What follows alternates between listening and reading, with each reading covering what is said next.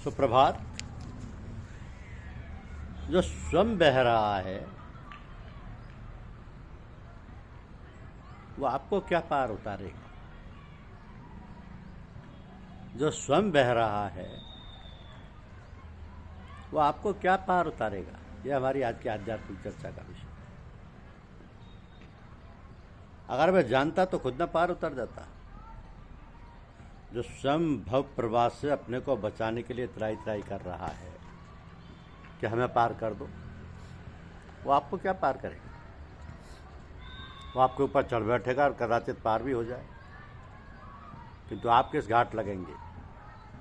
अतः देवता भी जिनसे शरण मांगते हैं, आप सीधे उन्हीं भगवान को पकड़े। जो देवता स्वयं अपनी विपत्ति में फंसा है वो आपकी कौन सी सहायता करेगा? देवता आपके मनोगत भाव भी जानने में सक्षम नहीं है। देवर्षि नारद हिमालय की गुफा में तपस्यारत थे। देवताओं के राजा इंद्र को लगा कि नारद जी तपस्या करके उनका पद लेना चाहते हैं। देवताओं के राजा को इतना भी नहीं मालूम कि नारद किस लिए भजन कर रहे हैं। क्या वे आपकी मनोकामना पूरी करेंगे? देवता तो सब मनुष्यादि चराचर जगत काल का कलेवा है। देवता भी काल का कलेवा है, जलपान की सामग्री है। आप कलेवा का भजन क्यों करते हैं? भजस न मन में तही राम कह, काल जा सुको दंड। भजस न मन तही राम कह, काल जा सुको दंड। भुवनेश्वर काल कर काला, काल के भी काल, जगत के स्वामी भगवान राम का भजन करो। जो स्वयं मरण धर्मा है वो आपको मृत्यु दे सकता है, मृत्यु से बचा नहीं सकता। भगवत पथ में यदि कोई रुकावट है तो देवता है, नारद ही नहीं। जो भी भजन में अग्रसर हुआ, देवताओं ने उसे गिराने का भरपूर प्रयास किया।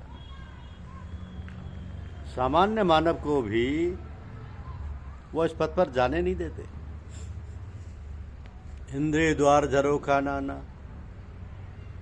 तहते सुर बैठे कर थाना। आवत देखे विषय बयारी, देहट दही कपाट उधारी। इंद्रियों के द्वार हृदय रूपी घर के अनेकों बाताएं ने, प्रत्येक झरोखों पर देवता अड्डा जमा कर बैठे। जो ही वे विषय रूपी हवा को आते देखते हैं, तो ही वे देवता हठपूर्वक किवाड़ खोल देते हैं। व्यक्ति विषयों में उलझ जाता है। इंद्रियों और उनके देवताओं को ज्ञान अच्छा नहीं लगता। इन्हीं से तो आपको लड़ना है। ये विकार हैं, अवरोध हैं। यदि इन्हें पूछते हैं तो आप विकार पूछ रहे हैं, अवरोध पूछ रहे हैं। अवरोधों को तो हटाना चाहिए ना। विषय करण सुर जीव समेता, सकल एक ते एक सचेता। तो फिर भजन आप किसका करेंगे? सबकर परम प्रकाशक जोई, राम अनादि अवधिपति सोई। सबकर परम प्रकाशक जोई, राम अनादि अवधिपति सोई। विषय, इंद्रियां, उनके देवता और जीवात्मा, ये सब एक की सहायता से एक क्रियाशील होते हैं। और इन सबके ऊपर जो परम प्रकाशक है वो अनादि अवधिपति राम है। देवता भी जिसका प्रकाश लेकर प्रकाशित होते हैं, उस मूल परमात्मा का आप चिंतन करें। उस मूल परमात्मा का चिंतन करें।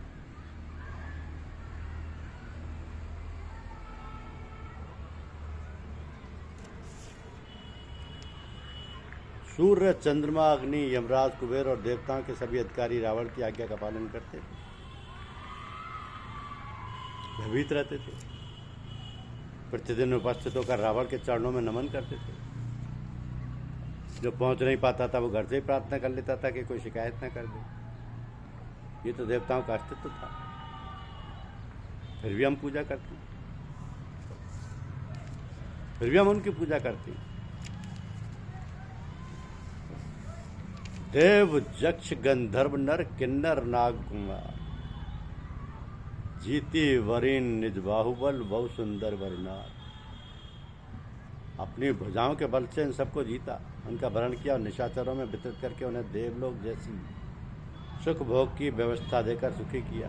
देवता ने सुना कि परिवार तो रावण के अकेले, तो बिना परिवार के अकेले जी करके क्या करते। उन्हें लंका छुड़ाने पहुंच गए। रावण ने उन्हें भी सेवा कार्य में नियुक्त कर दिया। कर जोरे सुर दिसप विनीता, विकट बिलो कई सकल सभीता।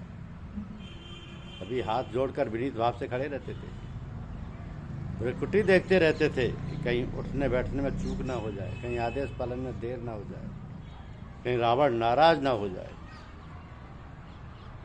रवि सस्य पवन वरुण धनधारी, अग्नि काल जम सब अधिकारी। तो देवताओं से सहायता की याचना करना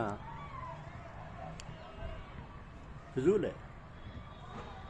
एक बार निशाचरों से के आतंक से त्रस्त पृथ्वी गाय का रूप धारण करके देवताओं के पास गई कि मेरी रक्षा करो। गंधर्व उन्होंने उत्तर दिया कि हम तुम्हारे कष्ट निवारण में असमर्थ हैं। पृथ्वी के साथ सुर मुनि गंधर्व सभी देवताओं के पितामह ब्रह्मा के पास पहुंचे।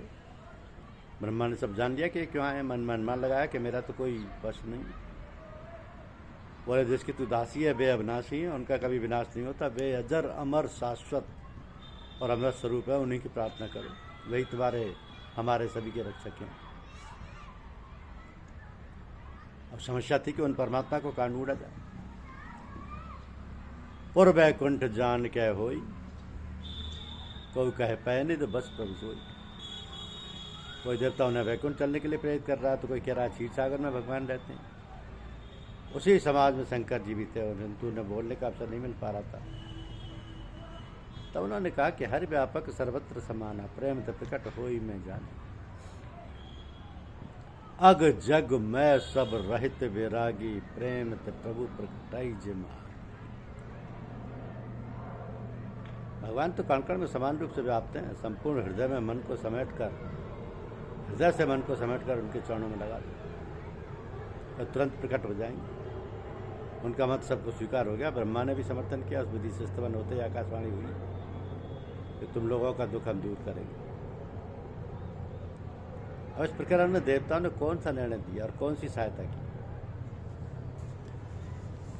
उन्हें तो यह भी ज्ञात नहीं कि भगवान का चिंतन किस प्रकार किया जाता है, वो क्या मार्गदर्शन करेंगे। परम कल्याण का रास्ता जिनको मालूम नहीं है, वाला वे क्या कल्याण करेंगे। तो दोष किसका, हम उनकी पूजा क्यों करते हैं। एक तत्व को पकड़ो, एक तत्व को, परम तत्व को, परम पिता को, परमात्मा को।